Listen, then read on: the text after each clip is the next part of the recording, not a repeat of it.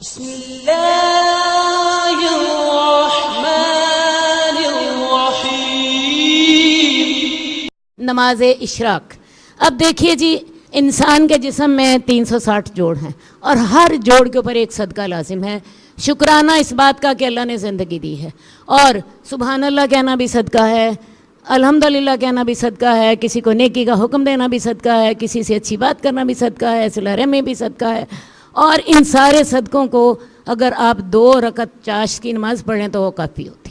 یہ اتنا بڑا درجہ ہے کہ یہ 360 صدقوں کو یہ 2 رکعت کافی ہوتی ہے۔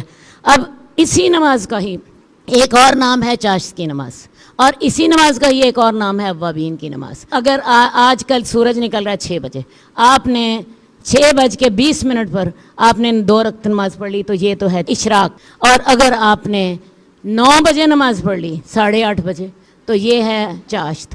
اور اگر آپ نے 11 بجے پڑھ لی، سورج آج کل زوال ہو رہا ہے سورج کو 12 سے بعد، آپ نے 11 بجے پڑھ لی، 11:30 پڑھ لی، 11:45 پڑھ لی، یہ ہے اوابین کی نماز۔ ٹھیک ہے جی، یہ ایک ہی نماز کے 3 نام ہیں مختلف اوقات کے اعتبار سے۔ اب یہ جو نماز ہے یہ بیسیکلی کس کی بجائے ہے؟ ایک تہجد کی نماز ہے، 2 وقت ہیں جس میں نماز نہیں ہے، ایک عشاء سے لے کے فجر تک اور ایک فجر سے لے کے ظہر تک۔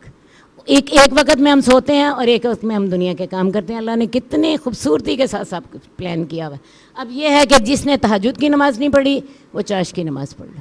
اب تہجد کی نماز کا وقت بھی اب آج کل آپ دیکھیے 1/3 رات جو ہے وہ کس وقت ہوگی؟ آخری 3 گھنٹے، اس میں سے آپ 2 بجے بھی پڑھ سکتی ہیں، 3 بجے بھی پڑھ سکتی ہیں، 4 بجے بھی پڑھ سکتی ہیں، ٹھیک ہے، 1:30 بجے بھی پڑھ سکتی ہیں۔ اس کا بھی وقت لمبا ہے، آپ چاہیں تو اسے 6:30 پڑھ لیں، چاہیں تو 8:30 پڑھ لیں، چاہیں تو 11:30 پڑھ لیں، جس وقت آپ کو توفیق ہوتی ہے۔ اور ایک اور طریقہ میں آپ کو بتاؤں جو کہ میں خود اس کو کرتی رہتی ہوں، جب بھی آئیں کسی جگہ سفر پہ جا رہی ہیں نماز پڑھ لیں، کیونکہ یہ نفل نماز ہے، نفل نماز بیٹھ کے بھی ہو جاتی ہے۔ گاڑی پہ جا رہی ہیں، اللہ اکبر کرے نماز پڑھ لیجیے، ٹھیک ہے، صرف اپنے آپ کو پہلی دفعہ قبلہ رخ کر لیجیے اور اس کے بعد نماز پڑھتے رہیے، ٹھیک ہے۔ اس کی بھی میں نے آپ کو بتایا 2 سے لے کے 8 تک رکھتے ہیں۔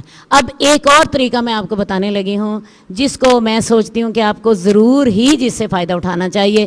4 باتوں کی آپ نے پابندی کرنی ہے اگر آپ باجماعت نماز پڑھیں، فجر کی، اور فجر کی باجماعت نماز پڑھنے کے بعد اسی جگہ بیٹھے رہیں اور اللہ کو یاد کرتے رہیں یہاں تک کہ سورج نکل کے تھوڑا سا بلند ہو جائے، آپ کا وضو بھی نہ ٹوٹے، اور اس وقت اٹھ کر آپ 2 رکعتیں پڑھ لیں تو آپ کو مکمل حج، مکمل عمرے کا ثواب ملتا ہے۔ ان 4 شرائط کے ساتھ دوبارہ آپ کو بتاتی ہوں۔ نماز باجماعت فجر کی، نمبر 2 اسی جگہ پہ بیٹھنا، نمبر 3 وضو نہیں ٹوٹنا، نمبر 4 دنیا کی بات نہیں کرنی، اور سورج تھوڑا سا اونچا ہونے پر 2 رکعت آپ پڑھ کے اٹھی ہیں، مکمل حج، مکمل عمرے کا ثواب ہے۔ اور حدیث میں لفظ آتا ہے تامن تامن تامن، 3 دفعہ ذکر آتا ہے، مکمل حج، مکمل حج، مکمل حج، مکمل عمرے کا ثواب ملتا ہے۔ دیکھیں ہم حج کے لیے کتنی تڑپ ہوتی ہے، عمرے کے لیے کتنی تڑپ ہوتی ہے، اللہ نے آپ کو گھر بیٹھے سارا کچھ عطا فرمایا ہوا ہے۔ ثواب لینے کی نیت کر لیجئے۔